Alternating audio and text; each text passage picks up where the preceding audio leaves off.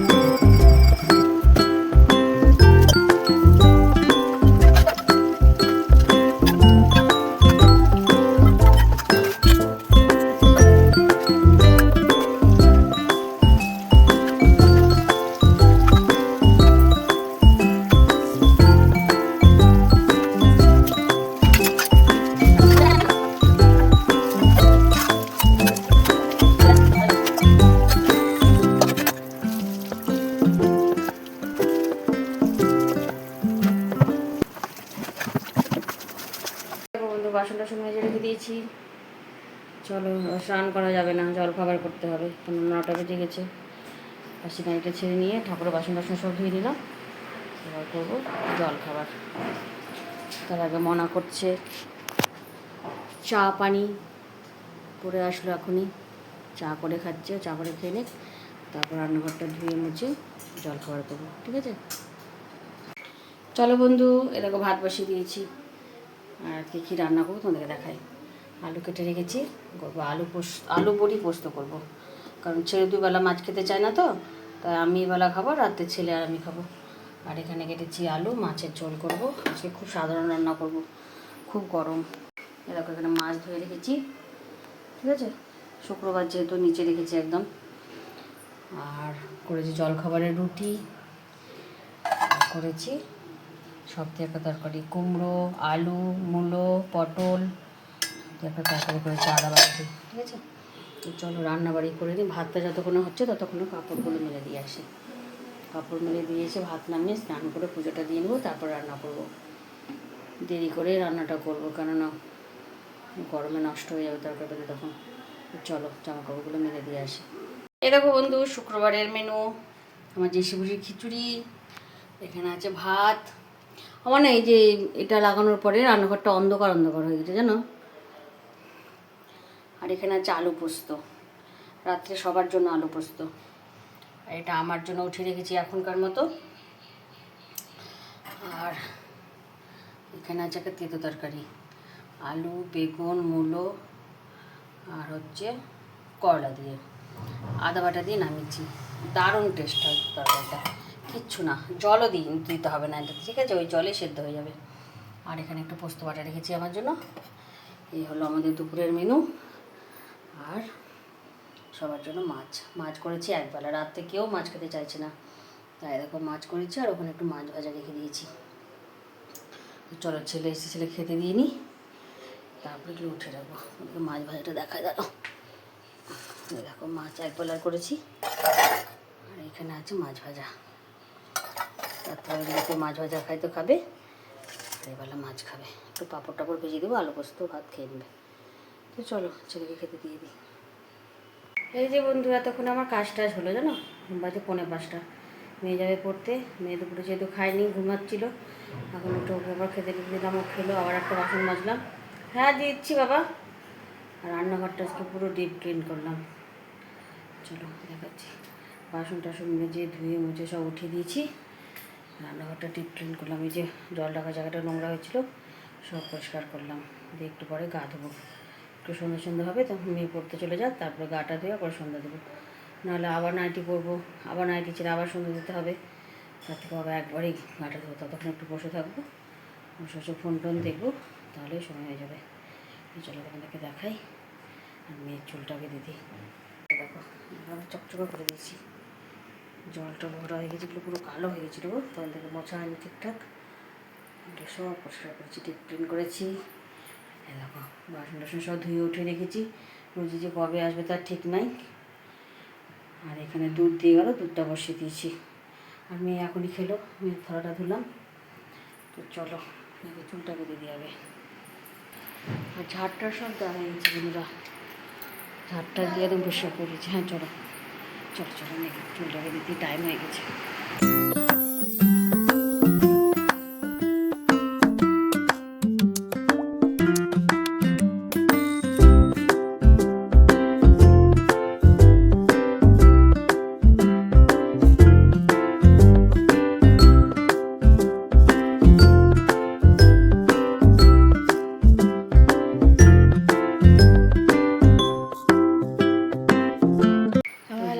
পড়তে চলে যাচ্ছে।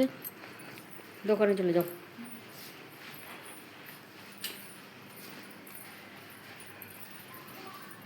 যেহেতু বর্মাসা দেখে গেল আমার কাজ হয়নি এখনও, তো বলে দোকানে পাঠিয়ে দাও, আমি টোটো করে পাঠিয়ে দেবো। তুই এসির ওখানে রাখিস, সেই জন্য ভিজে যাই। হ্যাঁ, তো জুতোতেই পড়ে প্রতিদিন, তো একই জায়গায়। আমারটা পরে নে, আমারটা পর। পায়ে হয় না তোমার জুতোটা আমার। আমারটাই নিয়ে আবার ওখানে রাখিস না যেন। আর তোমার জুতো পায়ে হয় না আমার। তাহলে চপ্পল পরে যা। চপ্পলটাও তো খুঁজে পাচ্ছি না। চপ্পল পরে এই তো বক্সে রেখেছি চপ্পল পরে যাবো না। পায়ে হয় না আমার, টাইট হয়। পায়ে টাইট করে ছিঁড়ে দিস না, একমাত্র সম্বল ওটা।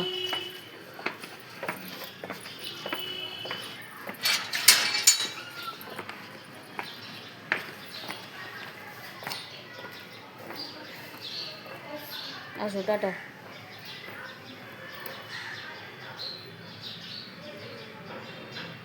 আমার আবার কী বলো তো বন্ধু, আমার অনেকগুলো জুতো ভালো লাগে না।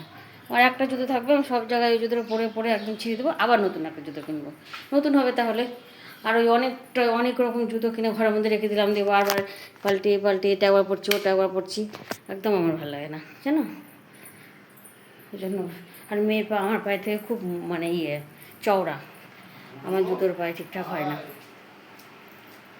চলো একটু বসে বসে একটু হাওয়া খাই, তারপরে 5টা বাজে এখন, 5টা বাজতে 5, ওই 5:30টার দিকে গাটা ধুয়ে চলে দেবো। একটু বসে থাকি এখন চুপ করে, হাত পায়ে কঠিন অবস্থা। তার মধ্যে আবার বুকের এখানে নুন পড়ে গেছে, মানে নুনটা খুলে ঢাকনাটা খুলে তরকারিতে দিব, তো চামচটা এমনভাবে মানে আটকে গেছিলো ওখানে, তুলতে গিয়ে একদম উঠে সব নুন টুন গায়ের মধ্যে পড়েছে। আরও আমি বিছানাতে শুতে পারবো না, এত মানে অবস্থা খারাপ। জামাটা আমার ভিজা হয়ে আছে। ঠিক আছে, চলো একটু বসে বসে ফোন দেখি ততক্ষণ। শুভ সন্ধ্যা বন্ধুরা, গাটা ধুয়ে ছন্দপাতি সব দিয়ে নিয়েছি। দেখো আবার ঘিমে স্নান করে গেলাম, মানা যাবে পড়তে 7টা থেকে, ওই জন্য একটু চা করে নিলাম। চা দিয়ে চা খেয়ে পড়তে যাবে আজকে সেই 9টায়। আমি একটু খাবো দুধ, ঠিক আছে, দুধটা নিয়ে আসি।